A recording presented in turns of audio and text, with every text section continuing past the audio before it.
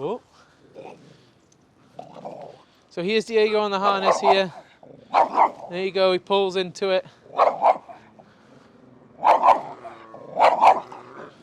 Okay. So you can see his hackles are up, his body language is saying, I'm not sure about you, you best go away. He's setting the other dog off, I don't want a domino effect, that's alright, Maddie. So again, what we saw there, and you can see his tail going, that doesn't mean he's happy, it just means his arousal's up. Waggy tail doesn't mean the dog's happy, so he's unsure, he's coping with his uncertainty, with aggression, he's already half stressed out because of the environment, he might be tired, he might not have played yesterday, there's all these factors going on that will contribute to a reaction like this.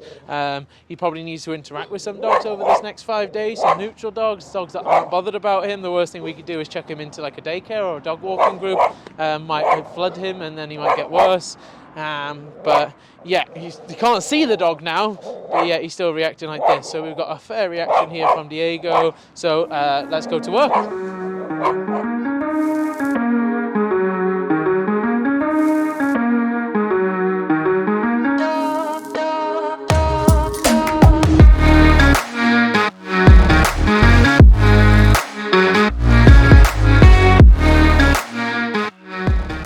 So I'll do a little video on Diego here. He's a French Bulldog. He is reactive towards other dogs. Diego is the type of dog we have in very, very often. They are dogs that are environmentally quite nervous. They are unsure about dogs. They deal with that unsurety by displaying aggression to create distance. There's lots of things you need to look at when addressing dog reactivity. You can't just symptom fix. You can't just kind of say, hey, don't do that, or get the cheese out and try and counter condition. You have to look at the bigger picture. So one of the first things I've noticed about Diego is he is environmentally quite nervous. So if I try and put him on this placemat here, he says, no way on earth am I going 6 inches off the floor. So we have to realize that when your dog is walking down the street and they're environmentally sketchy, or they're in ill health, or they've not had enough sleep that day, there's lots of different factors that can influence your dog's reaction by the time they come across the trigger. So we have to make sure we're addressing all of these before kind of a symptom fixing. So what we're going to do today is look at Diego's environmentals, work with him with a little bit of lead pressure. All these dogs, again, I've said it before, yeah, brachy breeds, they're coming on harnesses because we feel like their head's going to fall off.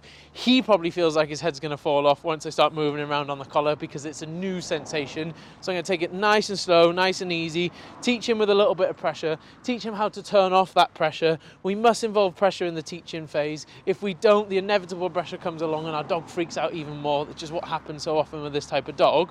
So I'm going to go start to finish, teach him with a little bit of pressure, start working around the apparatus, and then tomorrow we'll start thinking about working on dogs. But today we need to work on his environmental confidence. I'm going to send him home and his owners home with some homework in order to better their relationship in and around the home, and that'll be evolved around food and a crate and things like this.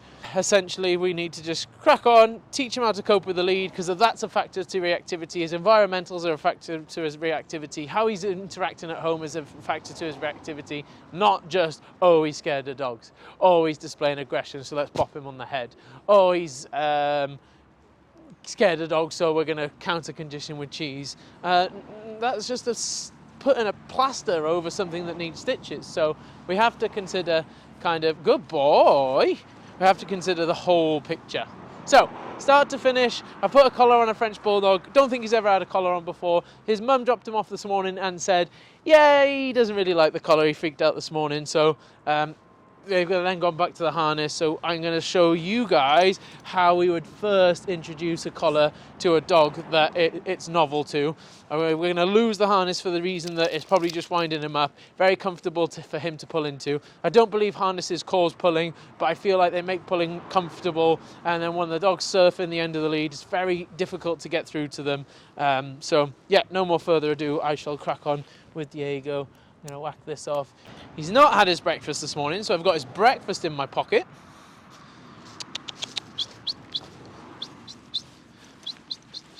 Yes, good boy, Diego. And is he going to turn his nose up? The moment of truth. The moment of truth. He says, no, not good enough. Where's that cheese? Where's that cheese? I'm going to turn again. Good boy. Yeah. Are you happy, chappy? Are you happy, chappy? Oh, yes, good boy. Where's the treats? Look. Oh, okay. I'm just going to have to fuss him then. He doesn't want the food. Okay. So, because he doesn't want the food, what I don't want to do is teach my dog that I am a restaurant and then upgrade the food to something more palatable. I'm going to say, okay, buddy, let's try again at lunchtime. If you've fallen into that trap of upgrading the food, every single time your dog rejects food, then ultimately your dog is going to ask for more and more and more and more until you can't find something more palatable than cheese. Or you might have to go onto the caviar or the lobster. Here we go. Oh, you're a good boy. He's a good boy. He's a good boy. Yeah, good lad. What I couldn't have done then was gone with him. Here we go again.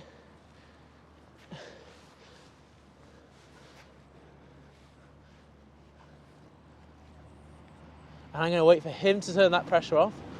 Yeah, he's a good boy. And then throw him a party.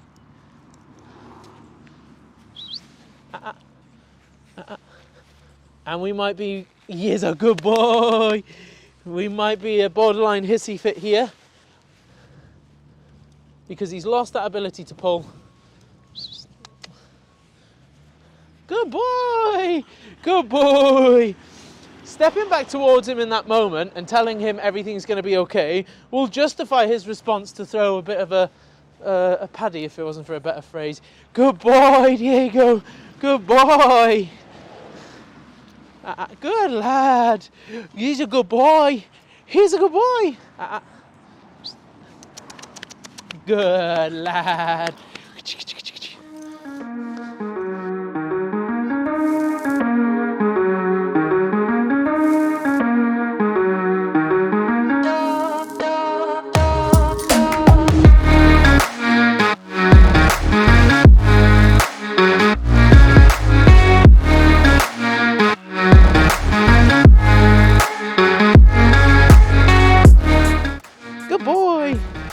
And then we quickly see a change in attitude. But yeah, let's wrap it up there and we'll give you an update lunchtime.